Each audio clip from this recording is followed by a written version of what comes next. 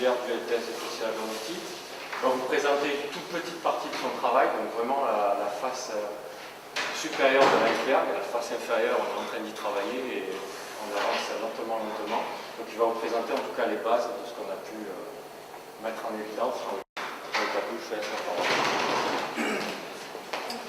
Bonjour à tous. Je vais vous présenter l'avancement de mes travaux sur le trafic intracellulaire des LPS de coxylaburnéti sous la direction de Dr Eric Digo. Comme vous le savez, coxylaburnéti est l'agent étiologique de la fièvre Q. Dans le laboratoire, après plusieurs passages en culture, coxylaburnéti peut transiter de la forme virulente à la forme avirulente, et cela est équivalent à la transition. Donc la forme virulente, la différence majeure entre les deux formes de coxylaburnéti, c'est leur LPS. En fait, le coxyla virulent exprime un LPS phase 1 ou LPS virulent, et le LPS et la forme avirulente exprime un LPS phase 2 ou LPS avirulent. La différence majeure qui existe entre les deux types de LPS, c'est que le LPS phase 1 contient des sucres comme le L-vironose, le dihydrohydroxystreptose et le galactosamine ironil alpha 1,6-glucosamine qui sont absents dans le LPS phase 2. Dans notre laboratoire, il a été montré que la forme virulente de coxylaburnéti survit dans un phagosome acide tardif, tandis que le variant avirulent est dégradé dans un phagolysosome. À l'image de coxylaburnéti, certaines pathogènes détournent la conversion phagosomale à des niveaux très divers, comme vous le voyez sur ce schéma. Et pour cela, ils vont utiliser des facteurs bactériens, notamment des protéines sécrétées, par exemple la protéine SOP-B de Salmonella. Certaines d'autres vont utiliser des molécules de surface, comme le lipophosphoglycan de Leishmani, le lipoarabinomannan des mycobactéries et des lipopolysaccharides de certaines bactéries gram-négatives, comme Brucella, Shigella ou Salmonella. Et nous, on s'est demandé comment coxylaburnéti détourne ce phagosome-là via son LPS. Pour répondre à cette question, tout d'abord, je vais étudier le trafic intracellulaire des LPS, c'est-à-dire je vais localiser le LPS dans ce réseau complexe qui est le réseau endocytique en étudiant la colocalisation des différents LPS avec les marqueurs de ces compartiments endocytiques. Tout d'abord, je me suis intéressé au lysosome. Donc, j'ai étudié la colocalisation des LPS avec la catepsine D, qui est un marqueur des lysosomes, LAMP1, qui est à la fois marqueur des endosomes tardifs et des lysosomes. Après avoir internalisé mes LPS dans les cellules, marquage par immunofluorescence et acquisition des images au microscope confocal, les résultats montrent que le LPS phase 1 colocalise de façon progressive avec LAMP1, qui se caractérise ici par la présence des dots violettes qui résultent de la superposition du rouge et du bleu. Par contre, il y a très faible colocalisation avec la catepsine D.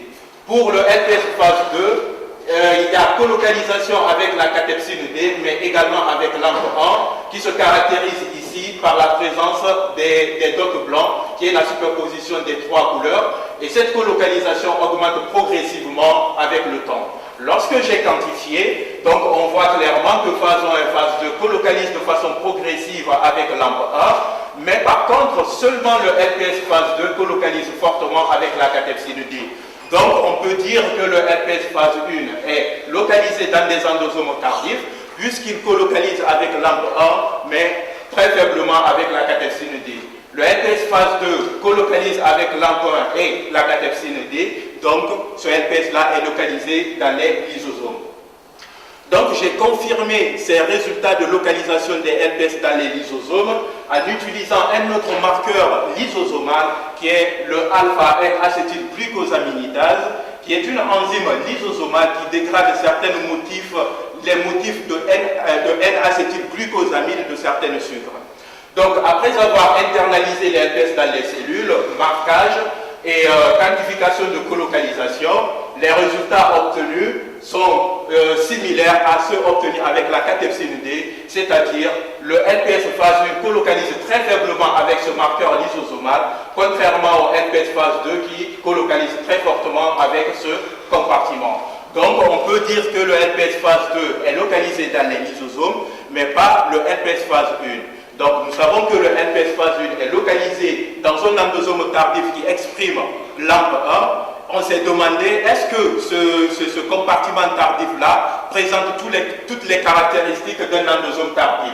Pour répondre à cette question, on s'est intéressé à un autre marqueur de ces endosomes tardifs, c'est-à-dire le RAP7, et nous avons étudié la colocalisation des LPS avec ce marqueur tardif.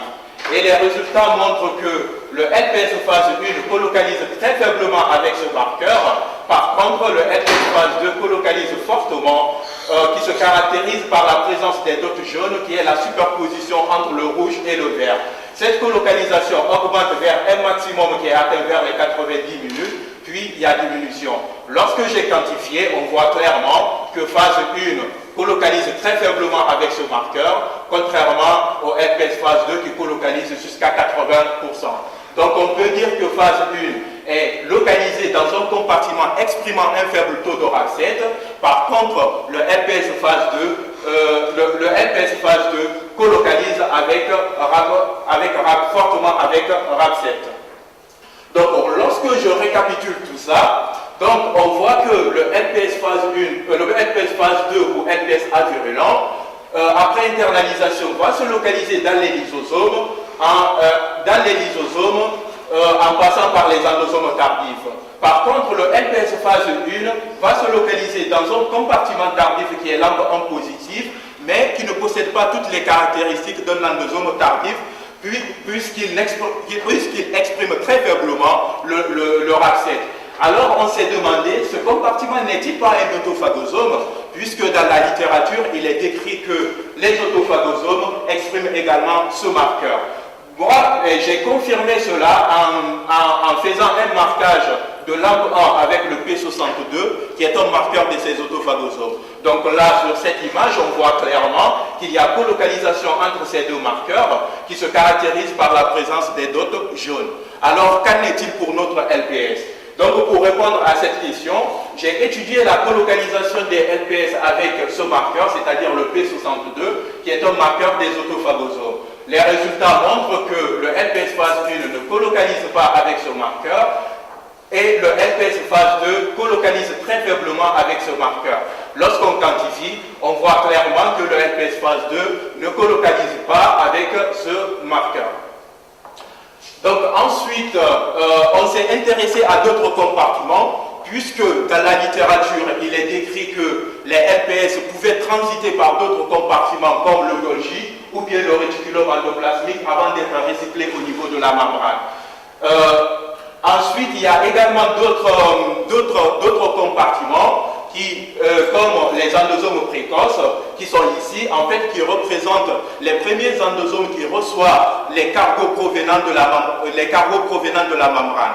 Donc, on s'est demandé, est-ce que les LPS ont pu transiter par ce compartiment avant de se localiser dans leur compartiment respectif?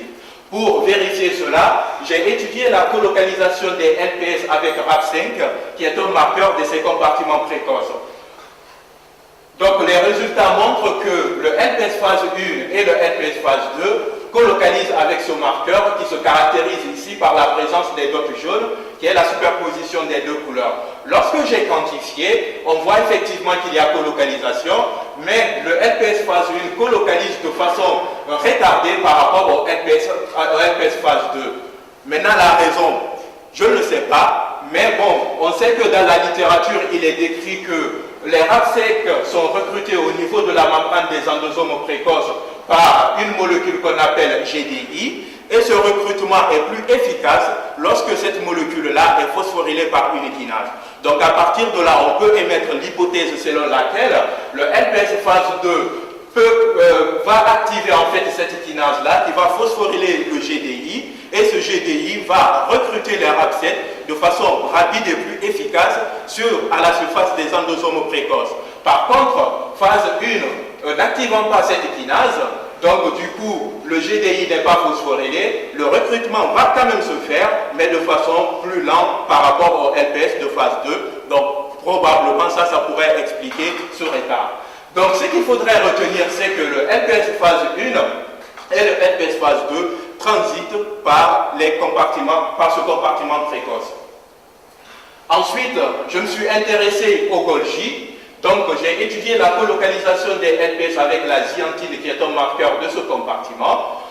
Après marquage, après acquisition des images au microscope confocal, on voit que le marquage de la ziantine est typiquement Golgi, puisqu'il est localisé, il est périnucléaire.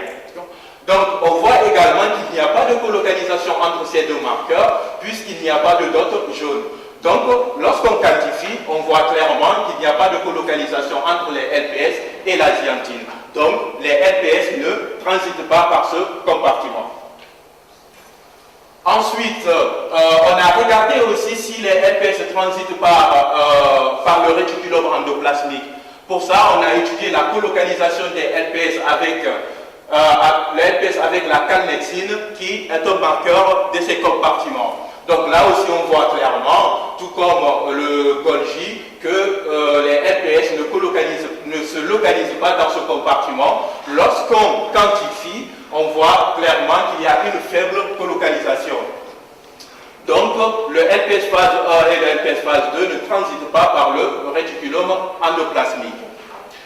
Et après avoir étudié le trafic intracellulaire des LPS, on s'est intéressé en fait à l'effet global des LPS sur l'endocytose. Puisque nous savons que lorsqu'on parle d'endocytose, nous parlons de la mobilité des endosomes, et cette mobilité des endosomes est indispensable pour la fusion des endosomes avec les lysosomes. Donc, moi, je me suis intéressé en fait à étudier sur l'effet des LPS sur l'endocytose, disons l'effet des LPS sur la vitesse de mobilité des endosomes et sur la formation des lysosomes. Donc, tout d'abord, je me suis intéressé à la mobilité des endosomes. Donc, pour cela, j'ai d'abord stimulé mes cellules avec du LPS. Et ensuite, j'ai internalisé du dextran, qui est pour moi ici comme un traceur, c'est-à-dire il me permet de suivre en fait, les endosomes dans les cellules. Donc là, après avoir fait des acquisitions en live imaging au microscope confocal, donc là, on voit clairement que les endosomes se déplacent de la périphérie des cellules vers les centres des cellules. Avec le logiciel ImageJ, nous avons mesuré la vitesse de mobilité de ces endosomes et les résultats montrent que le LPS phase 1 ou LPS virulent augmente la vitesse de mobilité des endosomes, contrairement au LPS phase 2, c'est-à-dire LPS avirulent, qui diminue légèrement cette vitesse de mobilité. Ensuite, on s'est intéressé à la formation des lysosomes. Donc pour cela, nous avons d'abord stimulé nos cellules avec différentes concentrations du LPS, et nous avons regardé le pourcentage des lysosomes dans les cellules en étudiant la colocalisation de LAMP1 avec la catepsine D. Donc les résultats montrent que à 1 microgramme par ml, le LPS phase 1 inhibe fortement la formation des lysosomes, contrairement au LPS phase 2 qui n'a pas d'effet sur cette formation des lysosomes. Ensuite, on s'est demandé quels sont les mécanismes qui sont mis en jeu. Donc, pour répondre à cette question, on s'est demandé quels sont les motifs ou structures des LPS qui sont impliqués dans son trafic. Pour répondre à cette question, on a utilisé des LPS modifiés, c'est-à-dire des LPS désestérifiés. Donc, on a étudié le trafic de ce LPS-là dans les cellules, où j'ai étudié la colocalisation de ce LPS avec LAMP1 et catepsine D. Donc, je rappelle que LAMP1 est à la fois marqueur des endosomes tardifs et lysosomes, et catepsine D, marqueur des lysosomes. Donc là, on voit clairement, après acquisition des images au microscope confocal, qu'il y a colocalisation entre le LPS phase 1 désestérifié avec LAMP1 et catepsine D, qui se caractérise ici par la présence des dots blancs. Donc lorsqu'on quantifie, donc là on voit clairement cette colocalisation avec la catepsine D. Donc on peut dire que ce LPS phase 1 désestérifié se localise dans les lysosomes.